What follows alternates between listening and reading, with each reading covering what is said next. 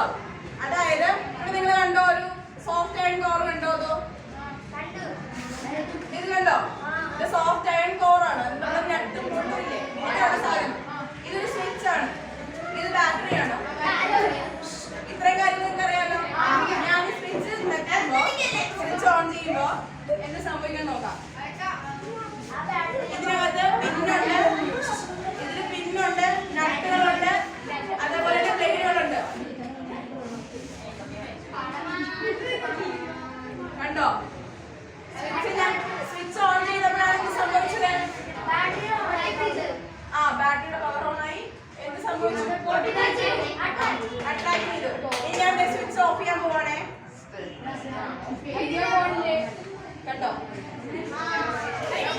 അതായത്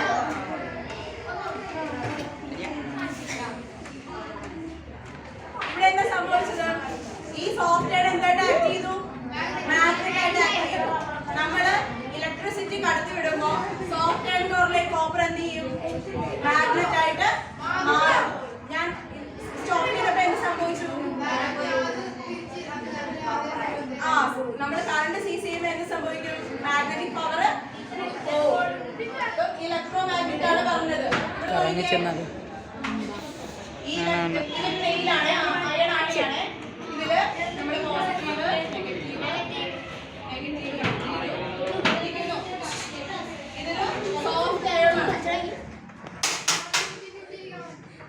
ഇതൊരു soft iron ആണ്. ഇത് കോപ്പർ വയർ ആണ്.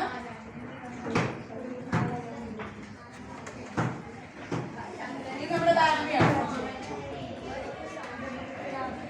ഇതാണ് നമ്മൾ എന്ത് ചെയ്യുന്നത്? ഒരു ഇലക്ട്രോ മാഗ്നറ്റ് പ്രിപ്പയർ ചെയ്യാൻ വേണ്ടി എടുക്കുന്ന സാധനങ്ങളാണ്, മെറ്റീരിയൽസ് ആണ്. ഒരു ഇലക്ട്രോ മാഗ്നറ്റ് എന്ന് പറയുന്നത് ടെമ്പററി മാഗ്നറ്റ് ആണ്. കാരണം നമ്മൾ ആ കറണ്ട് ഫ്ലോ നിർത്തിയപ്പോൾ ആ മാഗ്നറ്റിന്റെ പവർ പോയി. ഈ ഇലക്ട്രോ മാഗ്നറ്റിന് 3 പ്രത്യേകതകളുണ്ട്, 3 പെക്യുലാരിറ്റീസ് ഉണ്ട്. അതിന്റെ സ്ട്രെങ്ത് ഇൻക്രീസ് ചെയ്യാൻ വേണ്ടി, ഇതിന്റെ പവർ കൂട്ടാൻ വേണ്ടി 3 പെക്യുലാരിറ്റീസ് ഉണ്ട്. ഒന്ന്, നമ്പർ ഓഫ് ടേൺസ് ഇൻക്രീസ് ചെയ്യുക. കോപ്പർ വയറിന്റെ നമ്പർ ഓഫ് ടേൺസ് ഇൻക്രീസ് ചെയ്യുക.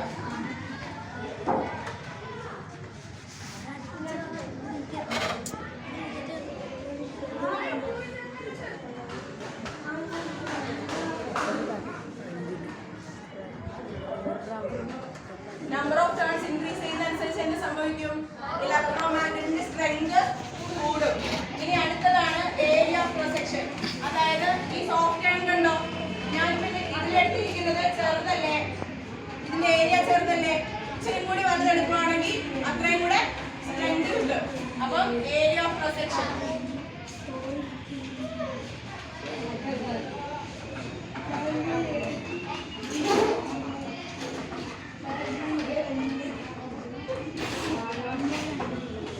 സോഫ്റ്റ് അയണിന്റെ area of cross section increase ചെയ്യുന്നതനുസരിച്ച് മാഗ്നറ്റിക് പവറും കൂടുതലായിരിക്കും.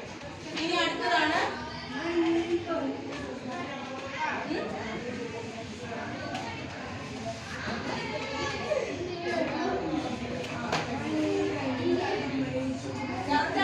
Strength of the current.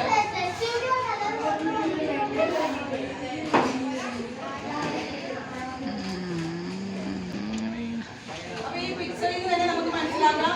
ഒന്നെന്ന് പറയുന്നത് എന്താണ്? നമ്പർ ഓഫ് ടേൺസ് ഇൻക്രീസ് ചെയ്യുന്നത്, കോപ്പർ വയറിന്റെ ചുറ്റുകളുടെ എണ്ണം കൂട്ടുന്നത്. രണ്ടാമത്തേത് സോഫ്റ്റ് അയണിന്റെ ഏരിയ ഓഫ് ക്രോസ് സെക്ഷൻ കൂട്ടുന്നത്. അതേപോലെ തന്നെ മൂന്നാമത്തേതാണ് ബാറ്ററിയുടെ സ്ട്രെങ്ത് കൂട്ടുന്നത്. അപ്പൊ 3 പോയിന്റ്സ് മനസ്സിലായല്ലോ. ഇലക്ട്രോ മാഗ്നറ്റ് എങ്ങനെ പ്രിപ്പയർ ചെയ്യാൻ അറിയാലോ. എല്ലാവർക്കും പ്രിൻസിപ്പിൾ മനസ്സിലായില്ലേ? ഓക്കെ.